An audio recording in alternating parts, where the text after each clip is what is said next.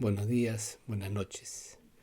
Continuando con las explicaciones, quisiera antes de tocar el tema eléctrico, quiero tocar ahora las reformas que han ocurrido en los años 90 o los años 2000, antes del fin del milenio, en el sector de energía sobre todo, y que han dado cabida a todas las mejoras en el sector de energía como hoy día lo conocemos. Mi nombre es Luis Espinosa Quiñones y agradezco su presencia.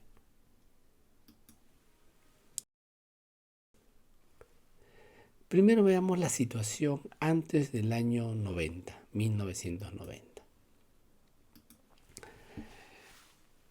Enfoquemos de quién tomaba, cómo se decidía en qué invertir y quién tomaba esa decisión.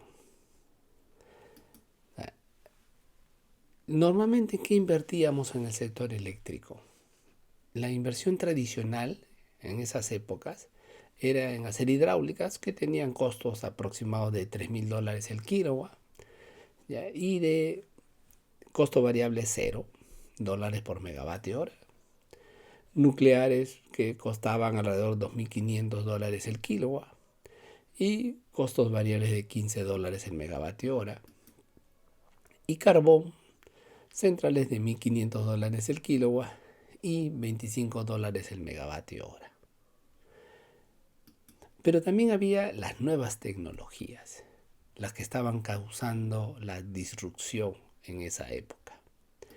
Y esa nueva tecnología era el ciclo combinado, que costaba $800 el kilowatt y con un costo de $20 el megavatio hora, y ciclos simples de $400 el kilowatt y $35 el megavatio hora.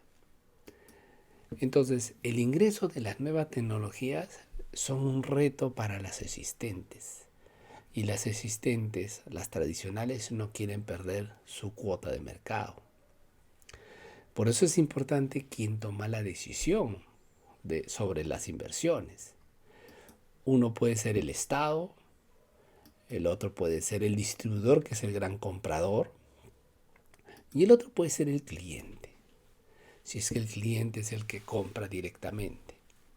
Estamos hablando de una época en que había más una producción física, una venta física. O sea, es decir, el que producía era el que vendía.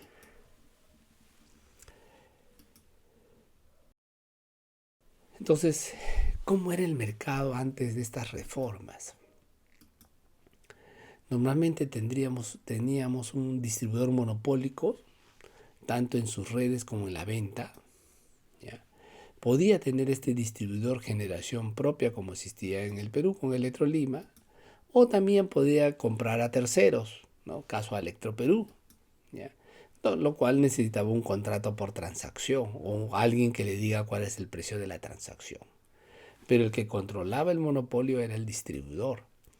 Y el distribuidor podía diseñar los precios con el regulador para trasladar a los clientes, ¿ya? Y de tal forma de recuperar sus activos y también los costos involucrados. Entonces, en este esquema no hay ningún incentivo a mejorar, porque el incentivo es a incrementar los costos.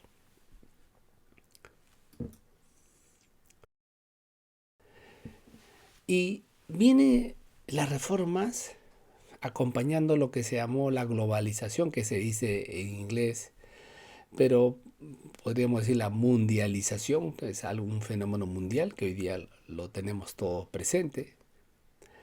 Pero recordemos los artífices, los que participaron. Uno de ellos es Margaret Thatcher en Inglaterra, que gobernó, que estuvo de primer ministro entre 79 y 1990. Y el otro es Ronald Reagan en Estados Unidos, tuvo un mandato del año 81 al 89. Ellos trabajaron arduamente por reducir la injerencia del Estado, por liberar los mercados. Hay frases muy buenas, por ejemplo, donde la señora Thatcher decía de que todos creen que el Estado o es el que te va a resolver tus problemas, ¿ya? Y si no tienes casa, por ejemplo, el gobierno te lo tiene que dar. O sea, todo eso ella planteaba diciendo, ¿y quién creen que es la sociedad? La sociedad somos todos nosotros. Lo primero que tiene que hacer la gente es luchar por sí misma. ¿Ya? Y los gobiernos hacen las cosas a través de la gente, porque las personas son las que son independientes. Esa es la filosofía que lo expresa muy bien Margaret Thatcher. De igual forma, Ronald Reagan decía, el gobierno no es la solución a nuestro problema, porque el gobierno es el problema. ¿Ya? Y los padres fundadores de Estados Unidos sabían que un gobierno no puede controlar la economía sin controlar a las personas.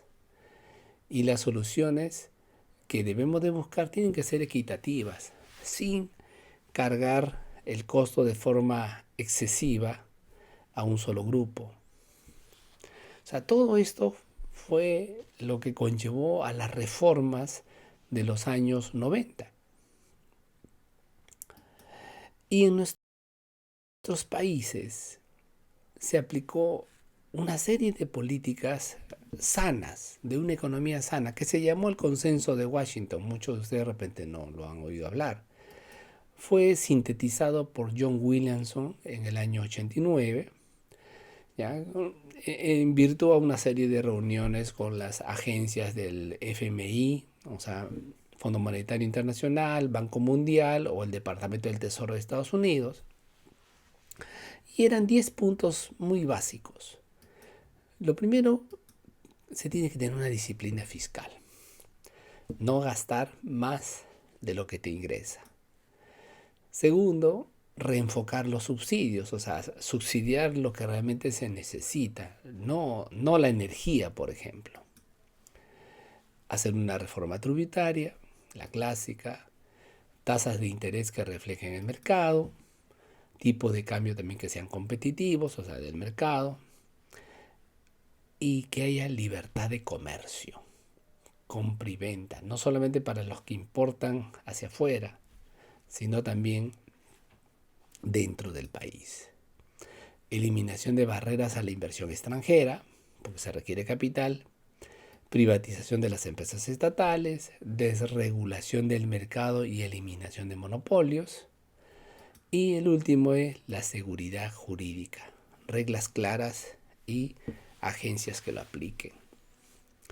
Entonces, yo subrayo el tema de la privatización porque el Estado no puede ser dueño de una empresa y a la vez poner las reglas, porque eso no lleva a ningún camino bueno.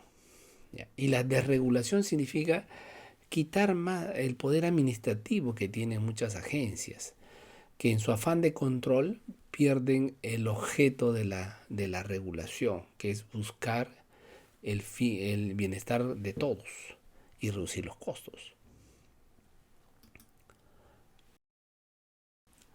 Entonces, se buscó diseñar un mercado que tenga los precios eficientes, ¿ya? Y para ello, lo primero que se enfocó es que el distribuidor solo puede tener el monopolio de las redes.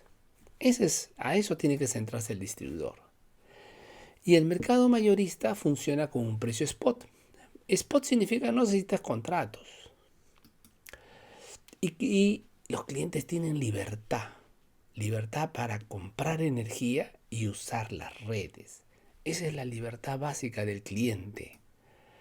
Y los generadores también tienen libertades de producir y vender su energía al spot. No necesitan un contrato para vender energía.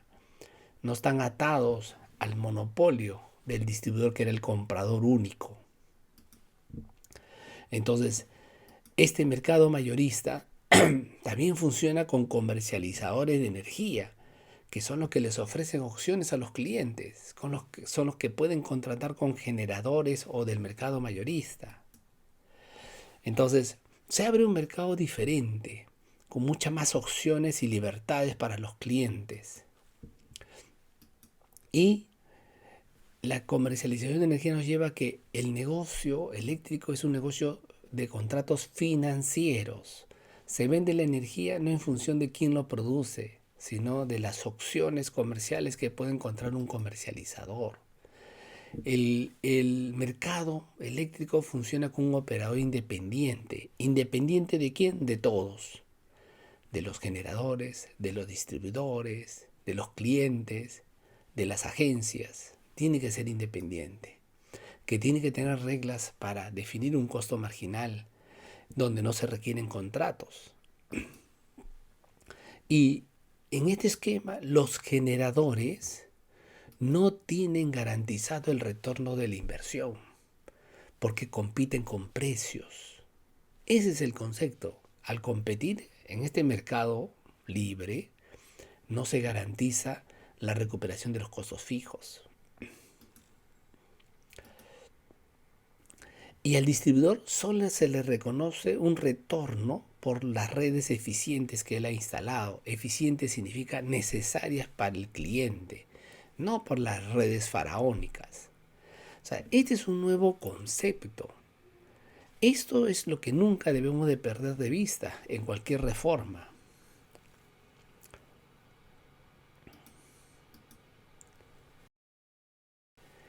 Y estas reformas, este objetivo, ¿cómo fue que se plasmó en el Perú? ¿Cómo se implementó?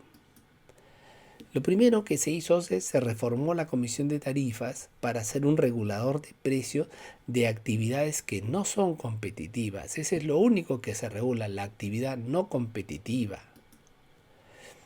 Y a la Dirección General de Electricidad se le dio la fiscalización de la calidad del servicio eléctrico y la solución de reclamos, que luego se transfirió a Ocinermin como un ente fiscalizador y supervisor. Posteriormente, en el año 2001, se integra la Comisión de Tarifas con el OCINERG y se forma el Ocinermin, que es regulador y fiscalizador a la vez. Este es por el lado de la agencia reguladora.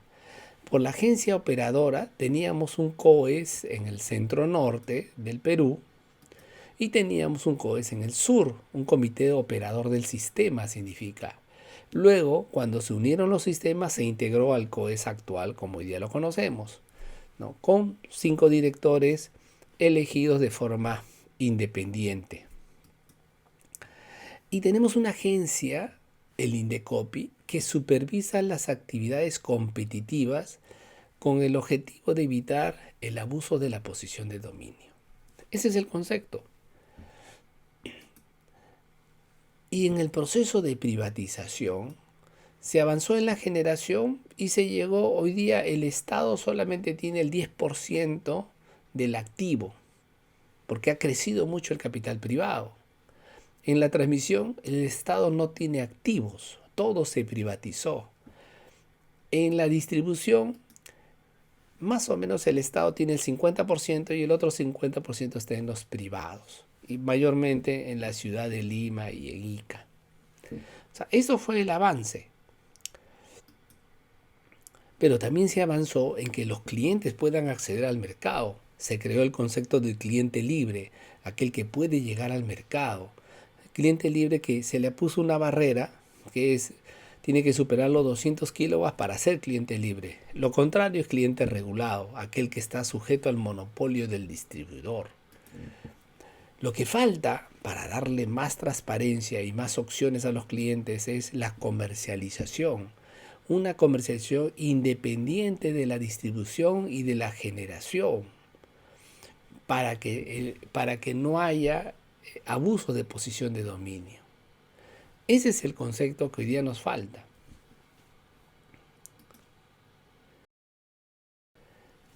Muchas gracias por su atención y espero que haber aclarado algunas dudas.